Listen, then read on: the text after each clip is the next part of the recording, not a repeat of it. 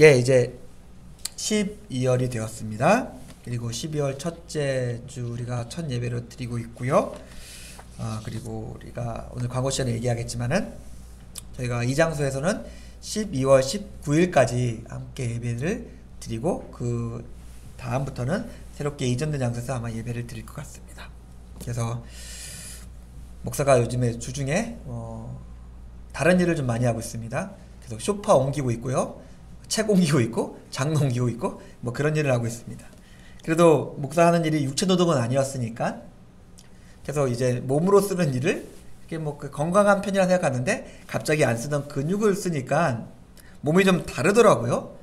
어제도 아침에 일하고, 아침에 뭐 하고, 점심에 또 와서 또 짐 막 나르고 그랬는데, 평소 되면은 토요일날 저녁에 설교 준비하는데 뭐 그렇게 힘든 게 없죠. 그렇게 뭐 하는 게 없는데, 어제는 너무 피곤한 거예요.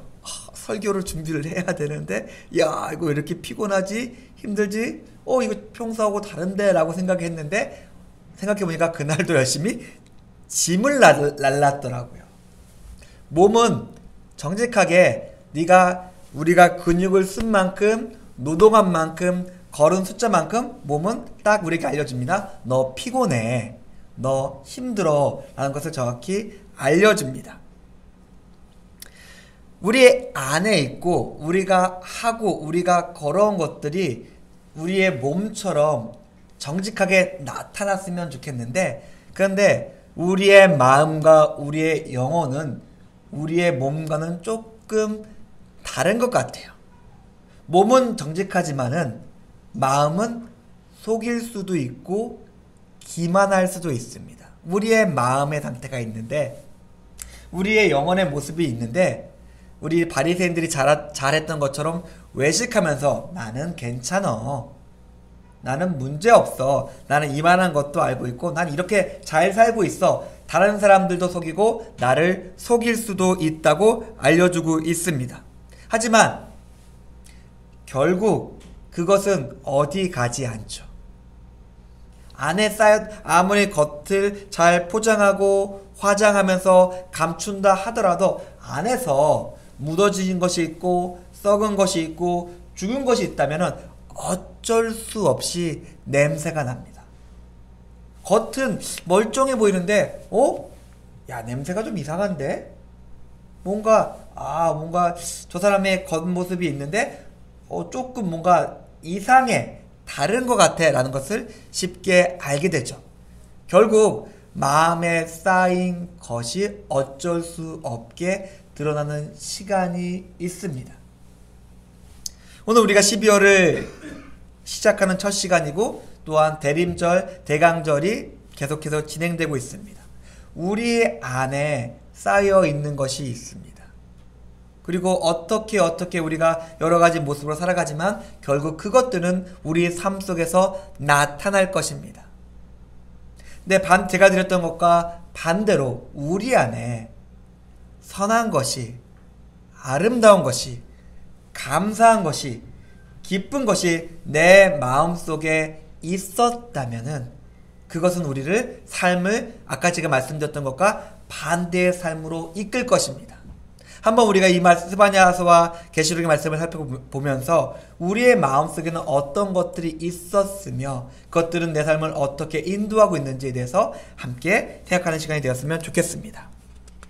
먼저 스바냐서 3장 17절 말씀인데, 우리가 종종 잊고 지내지만은 정말 중요한 사실 한 가지가 있습니다. 하나님이 우리와 함께 계십니다. 우리는 생각지도 않고 잘 인식하지도 않고 그렇기 때문에 별 영향도 받지 않는데, 성경은 우리에게 언제나 알려주는 것이 있습니다. 하나님이 너와 함께 하신다는 거예요. 근데 그분이 전능자시래요. 이게 얼마나 대단한 것인지 우리는 잘 모르죠. 우리는 하나님을 생각하지도 않고 하나님을 의지하지도 않고 하나님에 대해서 별 상관없이 살아가니까 하나님이 우리와 함께 하신다는 것이 얼마나 대단한 것인지 모릅니다. 그런데 이런 식으로 생각해 보면 될 것 같아요. 내가 살아가는데 내가 까먹었는데 제가 비유가 적절한지 모르겠지만 내가 예전에 로또를 한 장이 산 거예요. 근데 그게 1등짜리 로또예요. 1등짜리 로또가 내 주머니 속에 들어있고 내 지갑 속에 들어있는데 나는 그걸 몰라요. 분명히 나는 몇십억이라는 돈을 가진 사람인데 나는 매일 하루에 500원, 1000원 갖고 발발거리고 있어요. 이거를 먹고 싶은데, 맛있는 커피를 먹고 싶은데, 이걸 먹어도 될까? 하고 발발거리고 있어요. 나는 이미 풍성하게 너무나 많은 것을 가지고 있는 사람인데 그것과 상관없이 우리가 살아갈 수가 있습니다. 전능하신 하나님이 우리와 함께 계십니다.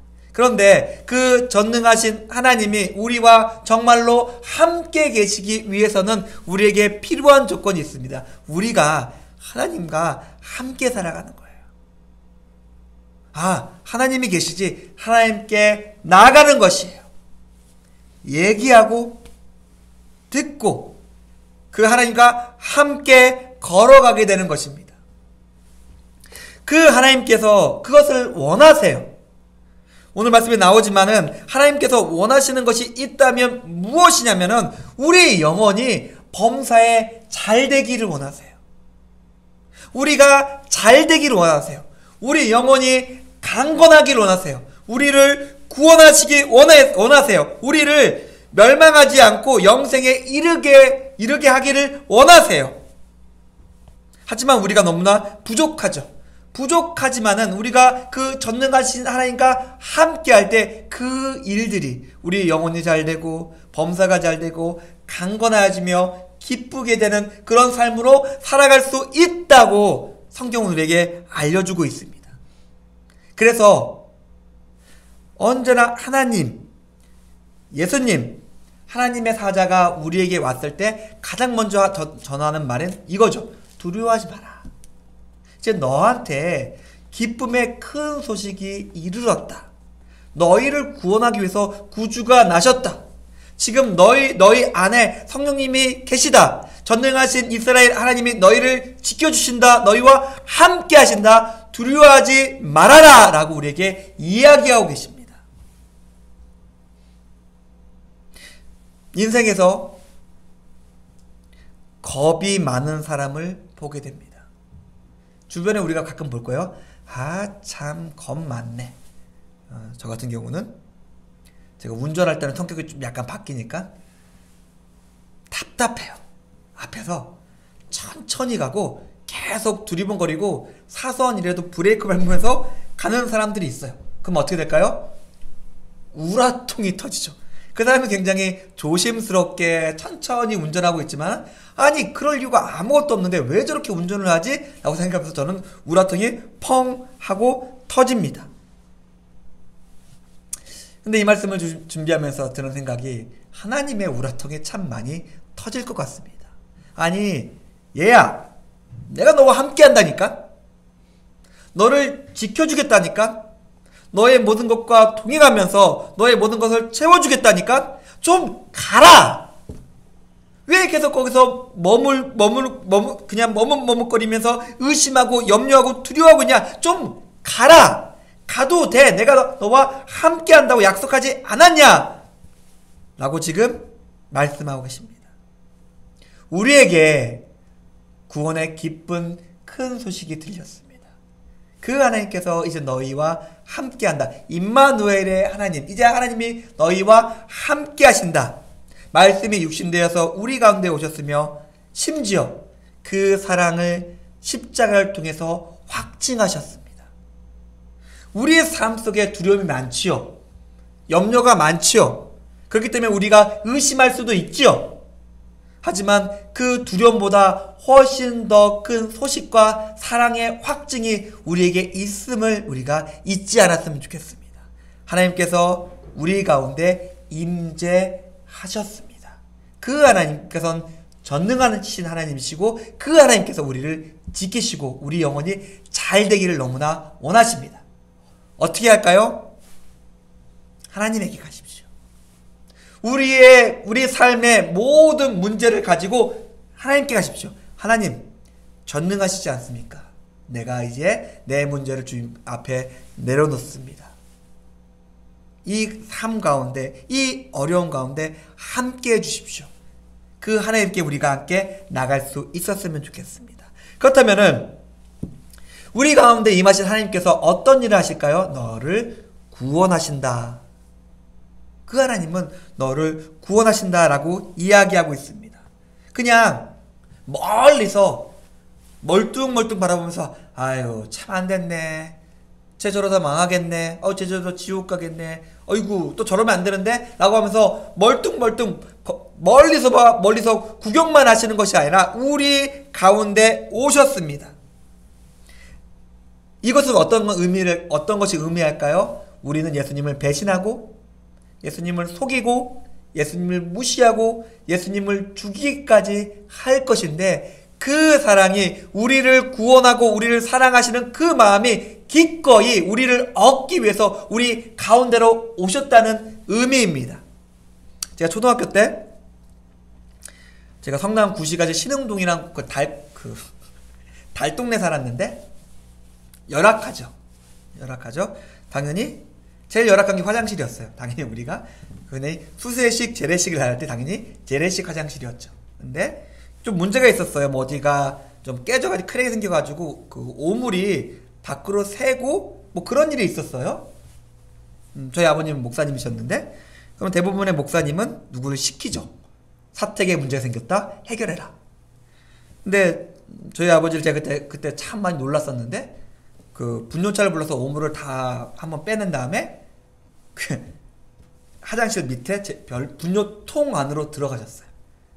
그러니까 우리가 말하는 되게 더러운 통, 그 안에 들어가셔서 그 안에 시멘트를 개서 혼자 3, 4일을 매일 낮 동안 그거를 수리하신 거예요. 혼자. 냄새도 장난 아니고 오물이 가득한 그 안에서. 와, 대단하다는 생각이 들었습니다. 문제가 있으면 멀리서 발만 동동 구르고 있거나 안타까운 마음만 가지고 있는 것이 아니라, 사랑한다면, 내가 해야 된다면 뛰어드는 사람이 진짜로 사랑하는 사람입니다. 문제를 해결하는 사람이에요. 그것이 아무리 힘들고 아프고 더럽지만 내가 사랑하니까 기꺼이 가겠다 라고 하면서 뛰어드는 것이 진정 거기에 마음이 있는 사람이고 사랑하는 사람입니다.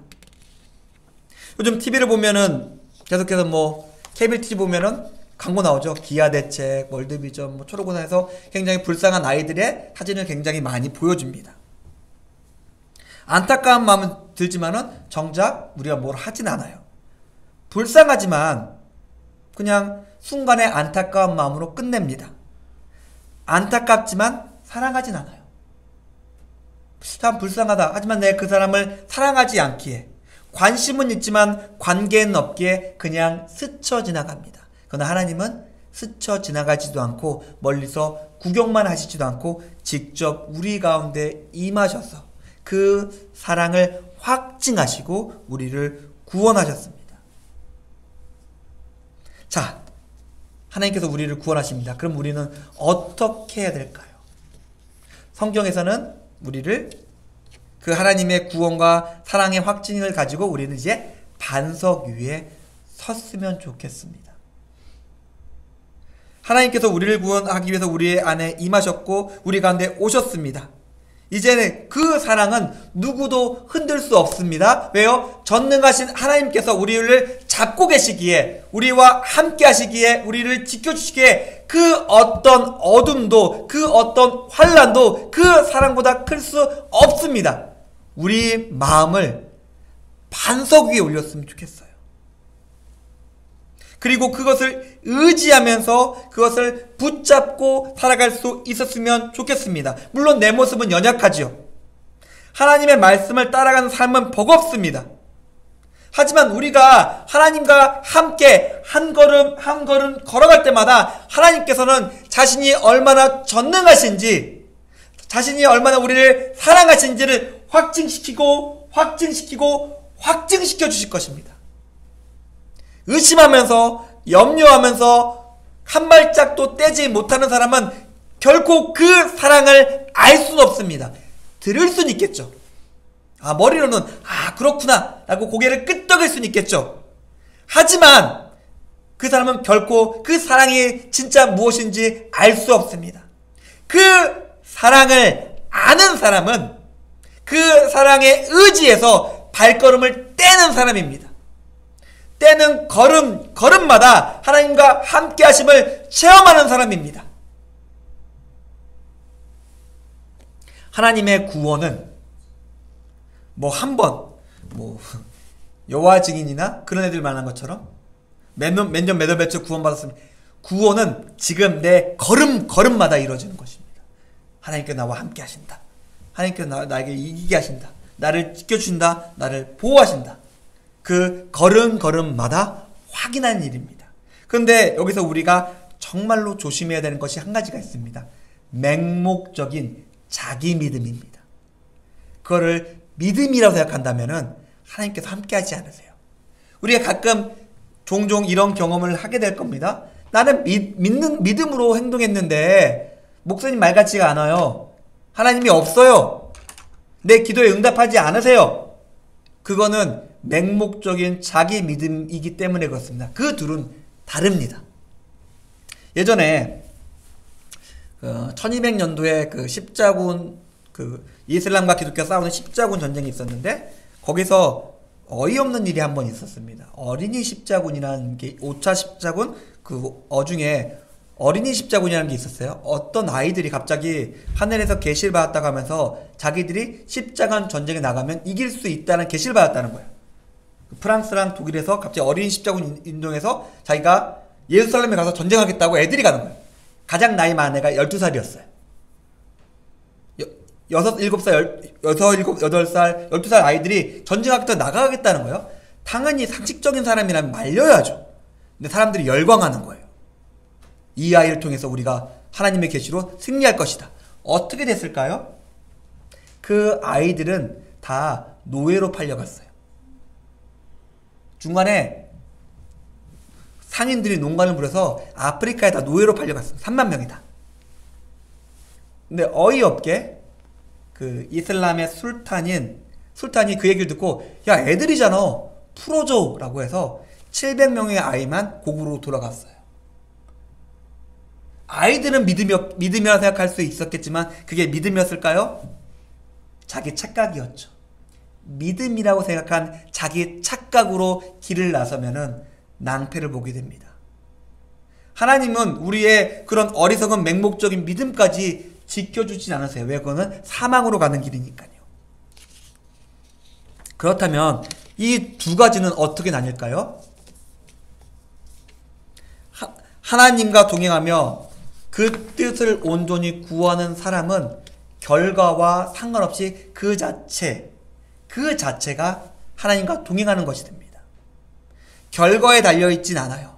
지금 내가 온전함을 구하고 선함을 구하며 사랑을 구하며 살아간다 라는 그 자체가 전부예요. 그 뒤가 나쁠 수도 있어요. 그래서 순교하기도 해요. 내가 여전히 가난할 수도 있어요. 그러나 그 하나님과 동행할 때 그 하나님은 그 모든 것들을 하나님의 은혜로 온전하게 채워주십니다. 아픔이 있고 슬픔이 있을지라도 하나님과 동행하는 삶이기 때문에 그 자체로 하나님께서 온전히 받으십니다. 하나님의 역사를 우리가 함부로 예측하고 예단할 수는 없어요. 그 일을 통해서 어떤 일이 나타날진 모르겠습니다. 하지만 그 가운데 하나님께서 함께 하십니다. 우리가 결과에 급급한 신앙으로서 살아가고 있다면은 참 하나님을 느끼긴 어려울 거예요. 내가 이것을 해야 돼. 내가 이것을 이루어야 돼. 결과에 매인 신앙은 신앙이 아닙니다. 자기 믿음, 자기 착각이에요. 내 신앙은 내가 지금 여기서 하나님을 믿고 있는 믿음이 하나님의 말씀 가운데 서서 하나님과 동행하는 온전한 믿음과 신앙일까? 아니면 내 자신의 착각일까? 우리는 그 두 개 가운데 어느 쪽에 서 있는지를 분별할 수 있어야 합니다. 눈에 보이는 어떤 것들을 우리의 신앙의 목표로 삼지 마십시오. 그러면 거기에 매여요. 뭐 이런 거 있죠. 뭐 목사들 같은 경우 이런 경우가 있습니다. 뭐 출석 성도 100명 달성하겠다. 뭐 그런 사람, 그런 목사, 그 주변에 보면 목사들이 있어요. 뭐 그리고 어느 교회에 이전해서 이만한 교회를 건축하겠다. 성전을 이런 모습으로 짓겠다. 뭐 그런 사람들도 있고요. 그런 목표들이 이루어질까요? 하나님께서 능력과 영광으로 함께해서 그런 목표들이 이루어질까요? 네, 그렇게 하는 사람이 있어요. 근데 독한 목사들이죠. 독한 목사들이죠. 하나님께서는 한 번도 제가 볼 때 그런 결과, 내 욕심을 채우기 위한 목표와 함께 하시지 않으셨습니다. 눈에 보이는 결과를 우리 신앙의 목표로 삼지 마십시오. 그저 하루하루 하나님과 함께 동행해가는 삶 자체를 내 신앙으로 생각하십시오. 내가 오늘 기도하며 하루를 시작하고 내가 말하고 행동하고 다른 사람과 함께하는 과정 속에서 하나님의 온전하신 뜻 가운데 살아가는 것이 우리의 신앙입니다.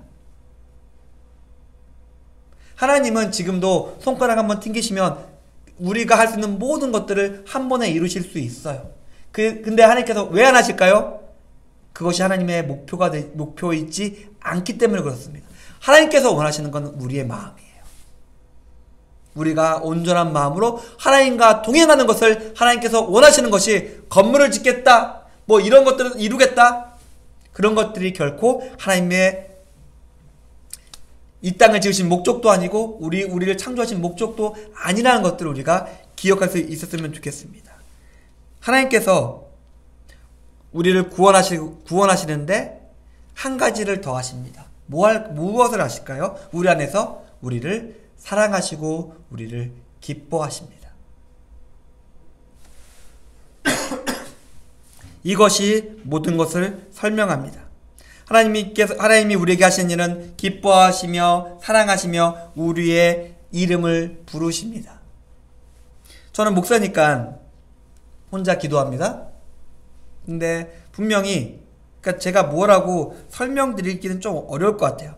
혼자 잠잠히 기도할 때 하나님께서 함께 하시는구나. 지금 나를 만져주시는구나. 지금 내가 가는 게 틀리진 않구나. 하나님께서 함께 하시겠구나. 근데 중간에는 우당탕탕 일도 많아요. 우당탕탕하고 삐걱삐걱거리고 하는데 하나님께서 나와 함께 계시는 그 분명한 증거? 믿음이 있다면 그냥 어렵지 않아요. 다른 사람들은 힘들지 않아요. 그런데 글쎄 별로 힘들진 않은 것 같은데요. 그냥 매일 그냥 평안해요. 별일 없어요. 근데 다른 사람은 저를 걱정해요. 근데 저는 별일 없거든요. 진짜로. 하나님과 함께 할 때 하나님과 함께 사랑하시고 하나님이 기뻐하시는 관계 속에 들어갈 때 그렇게 어렵지 않더라고요. 제 주변에 정말 좋은 사람들이 많습니다. 그런데 그 사람들은 아이들에게도 잘해요. 근데 그 아이들이 공부 잘하고 똑똑해서 좋은 데 가서 좋은 직장 취직하고 그런 게 아니었어요. 딱 봤을 때 와, 구김도 없고 그늘도 없어요. 정말 좋은 부모님 밑에서 많은 사랑을 받은 아이구나. 물론 그 중에서 좋은 대학 가는 친구도 있고 그렇지 않은 친구도 있죠. 하지만 그 아이들을 보는 순간 야, 부모님께서 이 아이를 많이 사랑하셨구나. 정말 잘 컸다. 정말 예쁜 아이다 라는 생각이 드는 사람들이 있습니다. 하나님의 사람들이 그런 사람들입니다. 하나님께서 우리를 사랑하세요. 하나님께서 우리를 기뻐하세요. 하나님께서 우리를 용납하세요. 세상 사람들이 봤을 때 와, 빛이 나네. 어떻게 저렇게 사람이 맑지? 어떻게 사람이 저렇게 온전하게 살아갈 수 있지? 저런 상황 속에서 어떻게 저런 말을 할 수 있지? 와, 하나님이 있구나. 저게 하나님을 믿는 사람이구나. 사랑받고 하나님이 기뻐하시는 사람이 바로 저런 사람이구나. 우리의 모습이 그런 모습입니다. 맹목적으로 결과만 추정하면서 나는 돈을 벌 거야. 나는 집을 살 거야. 나는 애들 대학 보낼 거야. 라는 목표에 집착하면서 그것이 우리의 기도가 되고 있다면은 오히려 반대로 그것을 잃어버리게 될 거예요. 나는 자식을 위해서 살았는데 자식이 하나님을 몰라요. 그런 부분도 많거든요. 나는 굉장히 자식을 위해 살았는데 주변에 보면은 너무나 많은 사람들이 교회에 없어요. 자식을 잃어버린 거죠. 내가 원하는 결과를 얻었지만은 영혼을 잃어버리게 됩니다. 사랑하는 성도님들, 물론 힘들고 어렵지요. 그러나 지금 하나님께서 우리를 사랑하십니다. 하나님께서 우리를 기뻐하십니다. 하나님께서 우리를 구원하십니다. 그 하나님은 전능하신 하나님이십니다. 이 땅에 오셨고 사랑으로 그 십자가의 죽음으로 그 사랑을 확증하셨습니다. 그 하나님과 우리가 한 걸음 한 걸음 발을 떼기 원합니다. 계시록 22장 17절에 보면은 이제 오라고 하세요. 자, 너가 힘든 거 알아. 내게로 와. 그만 값없이 내가 이런 것들을 다 줄게 약속하고 계십니다. 우리 그 하나님께 돌아갈 수 있었으면 좋겠습니다. 이 대림절은 그 사랑을 기억하는 시간입니다. 아, 예수님께서 하나님께서 이렇게 우리를 사랑하셔서 이렇게 우리 독생자를 보내셨구나. 우리 그 하나님을 생각했으면 좋겠습니다. 우리 잠시 우리 기도하면서 하나님께 나갈 수 있었으면 좋겠는데, 우리가 지금 무엇에 매여 있고 무엇을 따라가고 있으며 무엇을 추구하고 있습니까? 우리는 신앙이라고 생각했는데 그것이 나의 착각일 수도 있고 나의 기만일 수도 있습니다.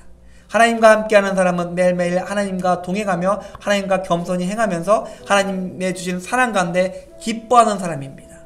물론 삶이 어려울 수는 있어요. 하지만 그 어려운 삶을 뚫고 그가 얼마나 사랑받고 있는지, 얼마나 하나님과 가까운 사람인지가 명확히 드러납니다.